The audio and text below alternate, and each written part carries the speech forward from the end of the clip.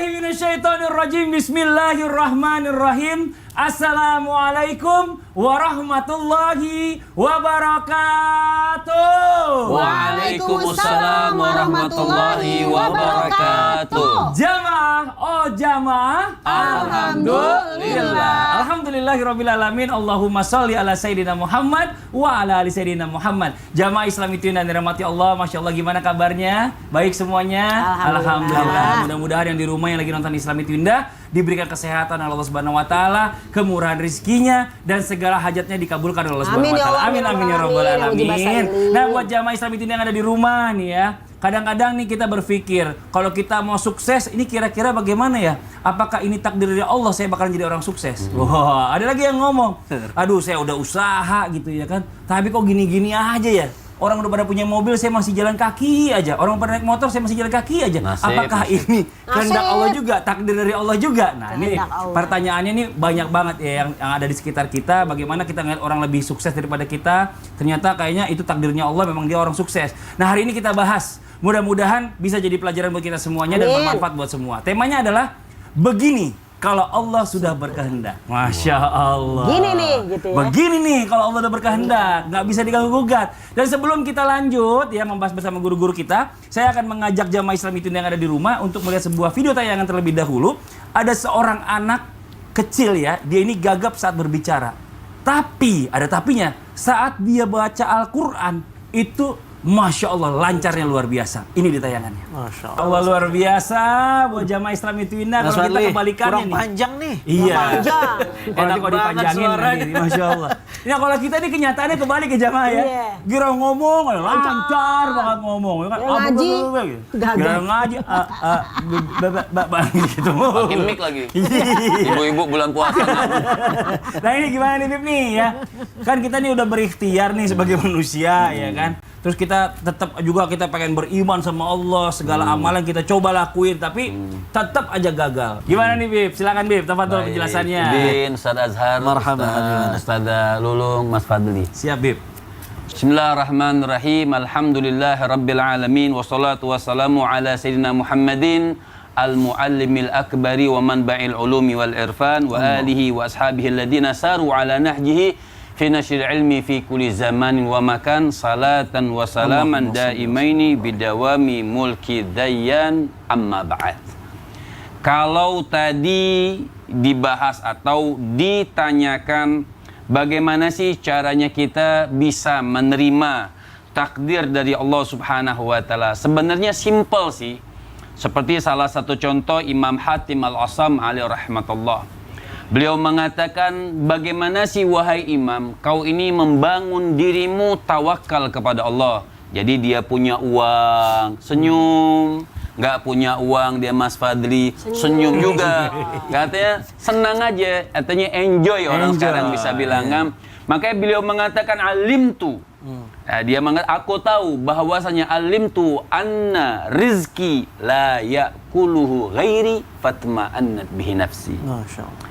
Makanya kata Imam Hatim Al-Asam alaihi rahmatullah, beliau mengatakan aku tahu bahwasanya rezekiku kayak mau umurku, jodohku semuanya kalau memang sudah maktub, artinya sudah tertulis, stempel dari Allah Subhanahu wa taala buat kita, la yakuluhu ghairi, nggak akan dimakan oleh orang lain, nggak akan diambil. Ini kita udah nyari jodoh nih, sudah berusaha, kemudian jodoh itu diambil orang lain. Yang kita ucapkan apa? Alhamdulillah. Oh gitu? Iya, yang kita ucapkan alhamdulillah. Tidak, kita ucapkan alhamdulillah. Kenapa? Mungkin kedepannya kurang bagus, kurang baik. Kan biasanya kita mengedepankan hawa nafsu. Kenapa sih Allah nggak jodohkan aku sama dia? Kenapa sih Allah Subhanahu wa taala nggak nikahkan aku? Biasanya tanya sama orang-orang yang sudah nikah.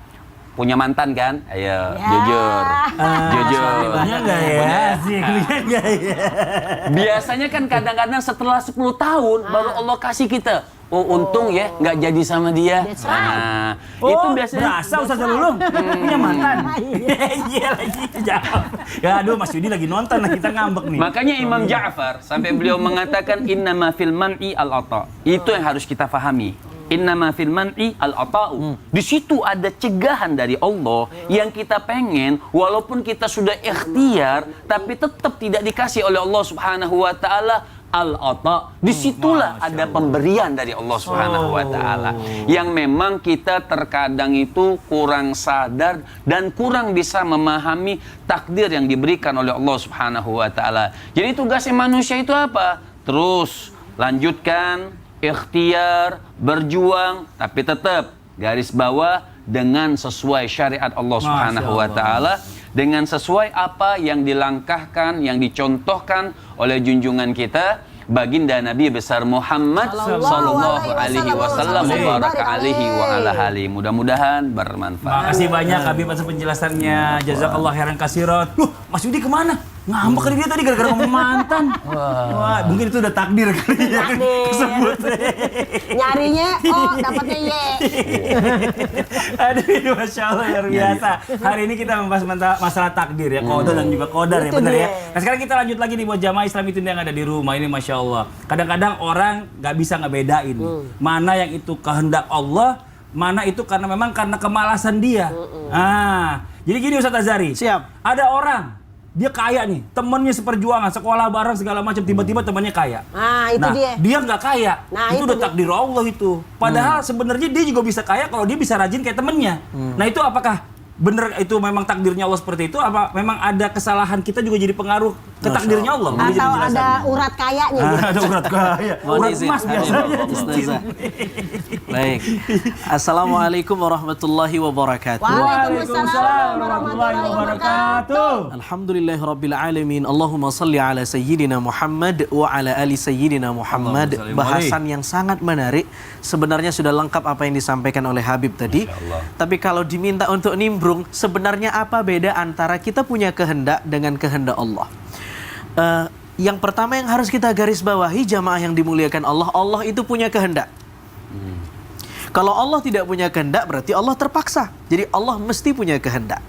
Oke, kalau Allah punya kehendak, kita punya kehendak tidak? Oke, saya punya kehendak. Apa beda kehendak kita dengan kehendak Allah? Satu, kehendak Allah itu nggak terbatas. Kehendak kita itu terbatas. Saya pengennya ceramah 20 menit di Islam itu indah. Tapi dibatasin sama kru. 4 menit. Kehendak saya terbatas. 3 menit lagi. 3 menit lagi. Dua, udah turun lagi sekarang. Tapi kehendak Allah nggak terbatas. Apalagi bedanya? Kehendak Allah itu gaib. Kita nggak tahu kehendak Allah. Tapi kehendak kita, kehendak istri kita, pasangan kita bisa tahu. Anak kita bisa tahu, tapi kehendak kita nggak bisa tahu. Kehendak Allah kita nggak bisa tahu. Karena kehendak Allah itu gaib, kehendak Dia itu tidak bisa kita tahu semuanya, maka kita dituntut untuk ikhtiar. Karena kita nggak tahu, disuruh ikhtiar. Apalagi kehendak kita yang ketiga itu bisa terjadi, bisa nggak terjadi. Sifatnya mungkin. Tapi kehendak Allah mutlak, pasti terjadi. Kalau kita nonton sepak bola nih Mas Fadli, nggak ada pemain bola yang waras pengen kebobolan. Betul nggak sih? Benar. Semua ofensif atau defensif bertahan gimana gawangnya nggak kebobolan. Tapi apa yang terjadi? Ada gol bunuh diri. Apa pelajarannya? Oh iya benar juga. Apa pelajarannya? Dia sudah bertahan defensif. Gimana golnya? Gimana gawangnya nggak kebobolan? Yang dia pengen tidak kebobolan, tapi ternyata yang terjadi dia yang ngebobolin. Ini menunjukkan kehendak kita itu bisa terjadi, bisa nggak terjadi. Tapi kehendak Allah, Masya Allahu kana wa ma lam yasha' lam yakun. Apa yang Allah pengen pasti terjadi, dan apa yang Allah tidak kehendaki tidak terjadi. Itulah bedanya kehendak kita sama kehendak Allah. Karena itu, setelah kita tahu hal yang luar biasa ini lewat tema yang bagus ini, kita makin rendah hati nih. Disitulah pentingnya doa ternyata. Disitulah pentingnya doa, bagaimana kehendak kita sesuai, selaras dengan kehendak Allah Subhanahu wa Ta'ala.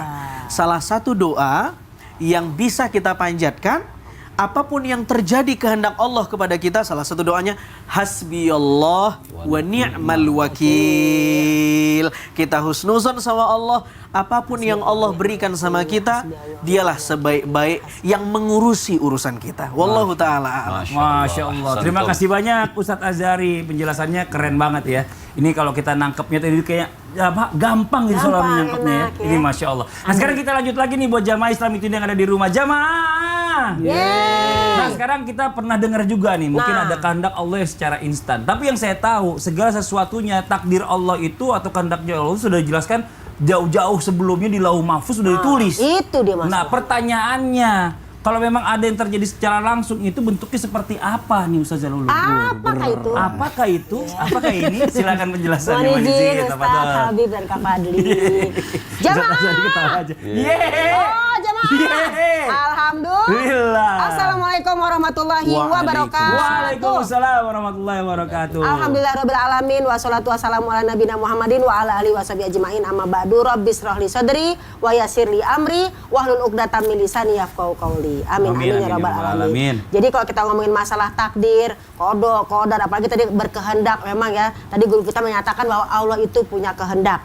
Kehendak kita terbatas, kehendak Allah sangat luar biasa tidak terbatas. Masalahnya, ini apakah benar yang namanya kehendak itu ada yang instan, ada yang proses? Sebenarnya sih, ini kalau kita ngomong kepada Allah, Allah itu pastinya kun fayakun, langsung, instan kalau bagi Allah. Nah, ke kitanya inilah yang butuh proses. Ada orang misalnya pengen bisa ngaji, nggak mungkin langsung yang namanya dia bisa baca Quran, pasti ada ikronya dulu. Sebelum ikro pasti alif-alifan dulu. Berarti kan proses yang sangat panjang, saudara-saudara. Maka kalau kita ngomongin masalah takdir ini ada 6 tahap. Yang pertama, takdir ini harus ciptakan sebelum kita ada, 50.000 tahun sebelum kita ada. Masya Allah. Nah, berarti kan proses. Kemudian nanti tahapan kedua ketika kita berada di alam ruh. Ketika Allah berfirman pada kita, Alastu birabbikum, bukankah aku Tuhanmu? Kita pada ngomong, iya ya Allah, benar ya, benar. Awas kalau di dunia nggak ngakuin aku sebagai Tuhanmu. Jangan ada dusta di antara Jangan kita. ada dusta di antara kita. Jangan pakai lupa deh, pura-pura lupa ya kan. Yang ketiga, ketika berada di tulang sulbi bapaknya, itu ditulisin tuh takdir kita, ya. Alladzi yahruju min bani sulbi wa taraib. Baru yang keempat, ketika berada di mana? Ketika berada di dalam kandungan ibunya, ya kan? Pada saat umur 4 bulan. Baru yang kelima ada tuh, ketika apa? Kita nunggu yang namanya 1 tahun. Setiap datang bulan Ramadan, Lailatul Qadar. Baru yang terakhir yang secara prosesnya langsung dalam surat Ar-Rahman. Bismillahirrahmanirrahim. Yas'aluhu man fis samawati wal ardi kulla yaumin huwa fi sa'nin. Fabi ayyi ala'i rabbikuma tukadziban. Semua makhluk pada minta kepada Allah, minta sukses, minta berkah, minta ini, minta itu, karena semua pada minta setiap hari Allah dalam kesibukan. Maka di dalam hadis dari Ibnu Abbas radhiyallahu anhu, kesibukannya bagaimana? Allah melihat catatan kita sehari 360 kali. Kulla yaumin. Maka menurut ahli tafsir tiap 4 menit sekali. Maka bisa langsung. Maka kalau kita bisa ngomongnya gagal lah dia. Nauzubillah min dzalik. Ya kan? Kamu ya anak nakal dia jadinya. Jadi kita sebagai ibu, sebagai orang tua, sebagai siapapun kita, yuk ngomong yang bagus-bagus. Kenapa? Apa yang kita omongin bisa jadi kehendak kita itu sebenarnya nggak ada. Tapi karena kita ngomong, Allah jadiin deh. Kun fayakun. Serem kan? Serem. Enak banget tuh dia sukses. Nggak ibadah dia sukses. Ya udah kalau kamu nggak mau ibadah ya udah. Tapi jangan dikaitkan dengan kesuksesan atau tidak. Nah, gimana kamu sukses? Kamu males? Mau naik kelas tapi nggak belajar. Gimana sih Kak Fadli? Ya, jangan saya dong. Sebesar itulah usahamu, ikhtiarmu. Tadi guru kita mengatakan jangan pada males-males, mager, malas gerak. Kita harus bergerak. Karena apa? Sebesar itu usahamu, sebesar itulah yang Mager itu bukan yang suka pakai coklat tuh. Apa tuh? Yang lembut-lembut itu. Mager. Agar. Coklat agar saya baru tahu coklat. Biasanya pakai fly atasnya ya. Jadi gitu pemirsa.